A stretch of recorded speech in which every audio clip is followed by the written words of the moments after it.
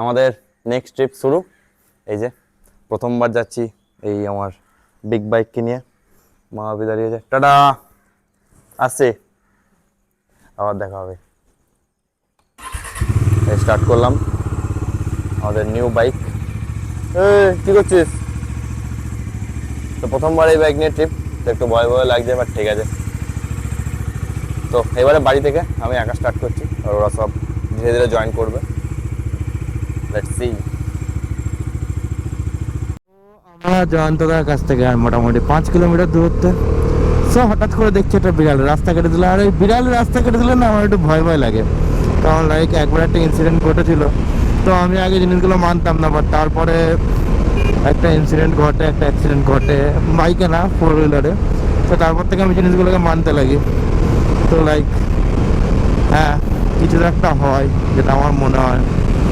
তো বাট আর আজকে এমনিতে আমার ঘুম হয়নি খুব একটা ভালো করে। সো সব মিলিয়ে একটা টেনশন তো অবশ্যই আছে, প্লাস নতুন বাইক, এই নতুন হেলমেট, নতুন সেট আপ, সব কিছু একটা নতুন। তো আমার মানে যতই ট্রিপের এক্সপিরিয়েন্স করেছি, আনটিল আনলেস এই সেট আপটাকে আমি আবার অ্যাডাপ্ট করছি, ততক্ষণে আমার সব কিছু নতুন নতুনই ফিল আসছে, যেন প্রথম বেরোলাম বাস। সো আমাদের সামনে জয়ন্তরা চলে এসছে, আমাদের মিট হয়ে গেছে, একটা রাইডার বেড়েছে আমাদের মধ্যে। এখন আমরা যাব আমাদের শুভজিতের বাড়ির উদ্দেশ্যে। তো ওয়েদার দেখুন, রাস্তা কীরকম লাগছে, সুন্দর। জয়ন্তরা বাড়ি এইদিকেই, তো জয়ন্তরা এদিক থেকেই আমাদের মিটটা করে নিয়েছে। আর এটাই হচ্ছে যে ব্যাপার, যে ধীরে ধীরে আমাদের রাইডার বাড়বে। আর এখন আমরা 2জন, এরপর 3জন, তারপর আরো 2জন, টোটাল আমরা 5জন রাইড করছি এবারে। সো নেপালের টিম যেটা ছিলাম, নেপালে আমরা টোটাল 3জন ছিলাম, আর ওদিকে আমাদের সিকিমে 4জন ছিলাম। সো টোটাল পুরো টিম মিলিয়ে আমরা যাচ্ছি, পুরো টিম মিলিয়ে। তো লেটস সি কি হয়। জয়ন্তদা কালকে নিজে গাড়িটাকে সার্ভিস করে যায়, তারপর তাই গাড়ি রকেটের মতো টানছে। তো চেষ্টা করবো যাতে স্পিড না চালাবার। লেটস সি কি হয়, তো ভগবান আছেই আমাদের সাথে। তো স্টে টিউন গাইস, অনেক ভিডিও আসতে চলেছে, খুব সুন্দর সুন্দর ভিডিও। লাইক আমরা নেপালেও পুরো সিরিজ কমপ্লিট করে দিয়েছি, এবং ধীরে ধীরে আমি ফিরে আসার পর ভিডিও বানাবো। আমার কাছে আমি ইনস্ট্যান্ট ভিডিও ছাড়তে পারি না, কারণ আমার কাছে ইকুইপমেন্ট সত্যি করে বলছি নাই, মানে যেগুলো আমি ইনস্ট্যান্ট গিয়ে ভিডিও ছাড়তে পারবো। আর সো আমি একদম ফিরে এসেই ভিডিওগুলো বানাই, ব্লগ এডিট করি ভালো করে, তারপর তোমাদের জন্য ছাড়ি। তো আশা করছি তোমাদের ভালো লাগে এবং দেখতে থাকো। এবারে আমরা নর্থ সিকিমটা প্ল্যান করছি, যেটা আমাদের বহুত দিন থেকে ফাড়া হয়ে আটকে আছে। সো আই থিঙ্ক আমরা ভালো করে ঘুরে আসতে পারবো আমাদের এই নতুন নতুন বাইকগুলোকে নিয়ে। সো বন্ধুরা, তোমরা দেখতে থাকো, খুব ভালো ভালো অ্যাডভেঞ্চার দেখাবো তোমাদেরকে। আর এবারে যেহেতু পুরো টিম আছে, সো ইয়েস, এনজয়।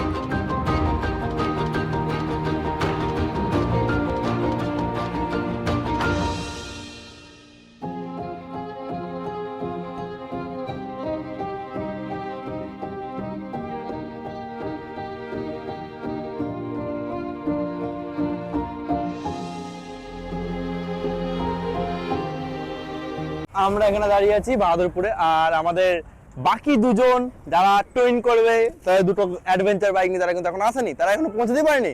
তাদের পৌঁছানোর কথা ছিল 11:30টার সময়। আমরা প্রায় 40-50 মিনিট ধরে দাঁড়িয়ে আছি এখানে, তো তাদের কোনো পাত্তা নেই।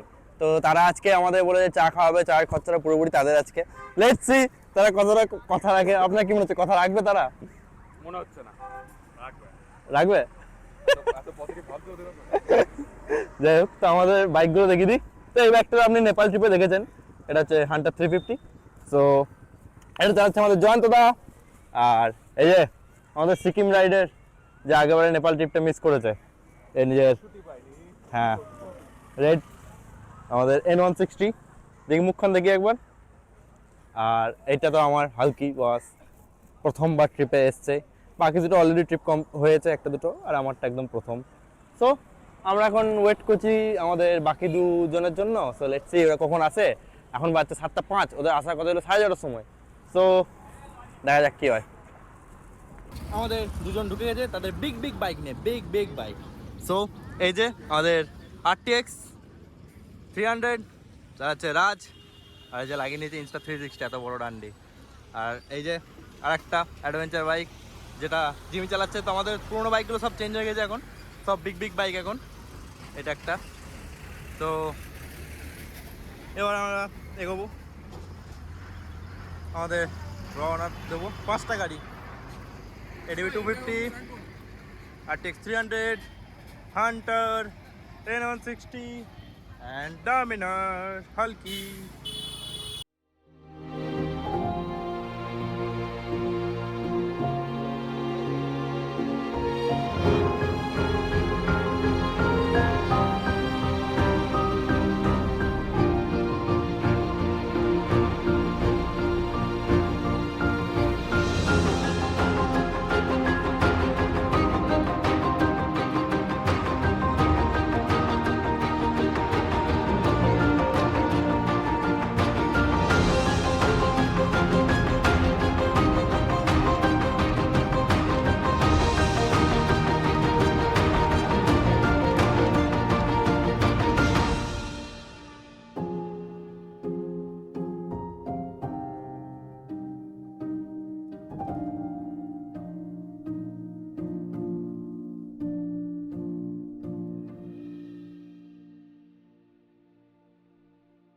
আমাদের ব্রেকফাস্ট হচ্ছে, আমাদের এখন বাজছে 8:50।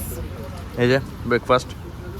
এবার আমরা একটু এদিক দিয়ে চলে যাবো, জয়ন্তদা আসছে।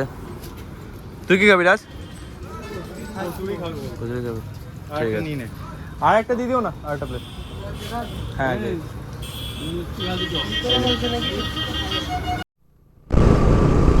সো আমাদের আজকের প্রথম টোল। সো ভালো হলো।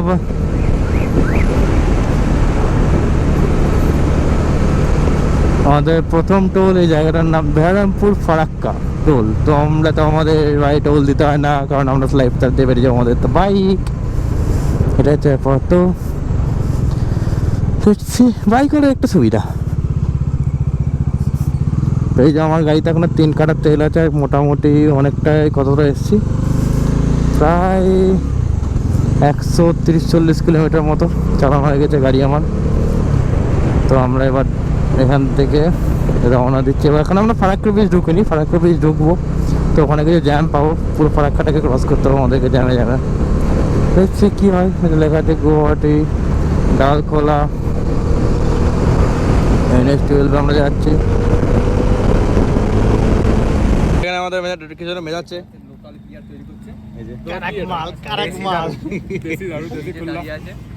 দাঁড়িয়ে আছি, আমাদের গাড়িগুলো ঠাটিয়ে রোদে দাঁড়িয়ে আছে।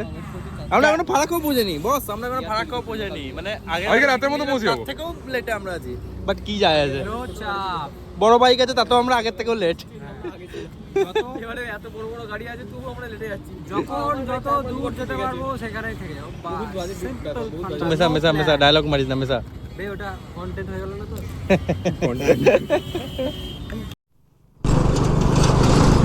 সো ফাইনালি আমরা এতক্ষণ পর, এখন বাজছে 11:42 আমরা এসে পৌঁছেছি ফারাক্কা ব্যারেজ। তাও আমি আর জ্যোতি, পেছনের মালগুলো কোথাও একটা হারিয়ে গেছে।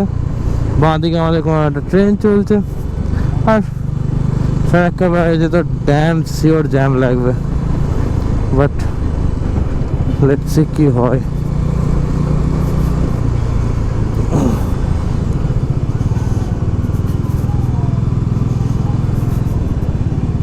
কোন ট্রেন কি জানে, পুরো ভর্তি একেবারে। সো ওইখানে কিছু একটা ব্রিজ তৈরি হচ্ছে, ওটা হলো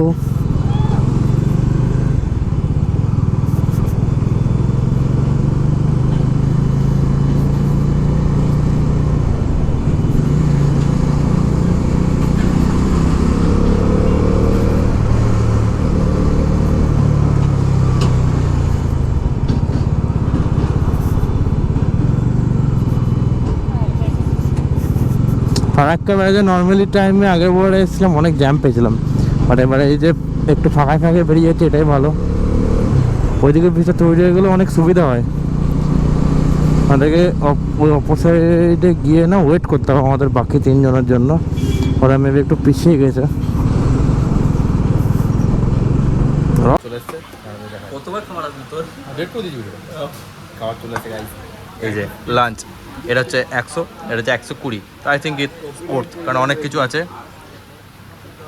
এই যে 3 মূর্তি, এই যে রাজ নিউ ব্লগার আমাদের। একবার এদিকে তাকায়, একবার তাকায়। আপনি করি স্যার, খাবো স্যার। হ্যাঁ খান খান, একদম একদম একদম। ঘি লাগবে? ঘি Charged full, please unplug, otherwise it will blast. না না না, উপকার করতে হবে না। লাঞ্চ করতে দাঁড়িয়েছিলাম এখানে পরদেশি দাবা, তো এখানে এই খাবারগুলো খেলাম, এটা খুবই ভালো। এরপর আমরা বেরোবো, রওনা দেবো। আমাদের বাইকগুলো এদিকে পার্কিংয়ে রাখা আছে এবং আমরা এখানে ওয়েট করবো। তারপরে আমরা এখান থেকে বেরোবো আমাদের গন্তব্য উদ্দেশ্য, যেটা হচ্ছে আজকে তিস্তা বাজার। দেখছি এই যে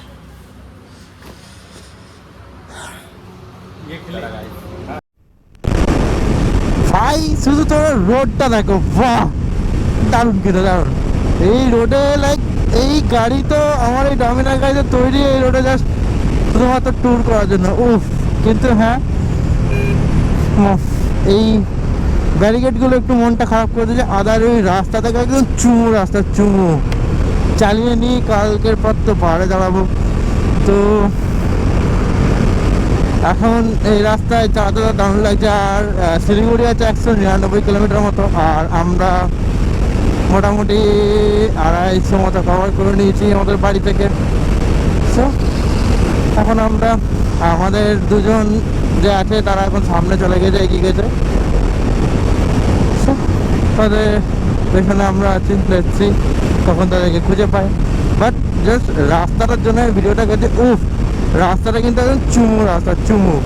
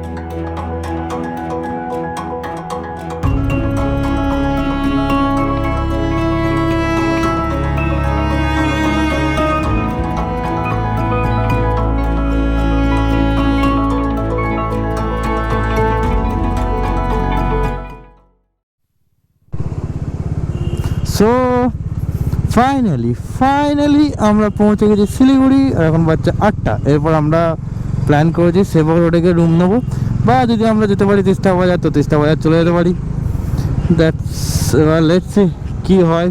সো এখানে যদি জ্যাম ফেসে যায় তো আমাদের এখানে বেরোতে তো টাইম লেগে যাবে। তো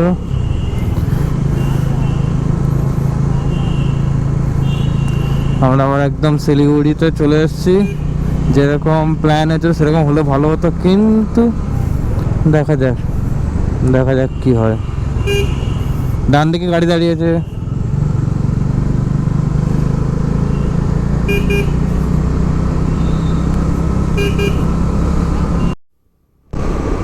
সো আমরা বহুত কষ্টে শিলিগুড়ি পার করে এসে এখন সেবক রোডের দিকে এগিয়ে যাচ্ছি। 9টা বাজছে। তো আমাদের আজকে নাইট স্টে সেবকের এখানেই কোথাও একটা করবো, আর কালকে মাঙ্গান যাবো, এটাই আমাদের আজকের প্ল্যান। কারণ আর বহুত টায়ার্ড, আর আমার ইন্টারকমে চার্জ নেই, তো কথাও হচ্ছে না। সো লেটস, ফোনেও চার্জ নেই। সো আর ওখানে কেউ রুমও পাওয়া খুব চাপ হয়ে যাবে। সো আজকে এখানেই প্ল্যান করছি, এখানে থেকে যাওয়ার। হ্যাঁ, তো এটা তো হয়, আমরা যেরকম প্ল্যান করি সেরকম কোনো বাড়ি হয় না। বাট এবারে প্রথম বাড়ি হলো না। নেপালে যেতে আমরা প্রথমে রাক্সল প্ল্যান করেছিলাম, বা মুজফ্ফরপুর স্টে করতে ছিল। Same goes for this also.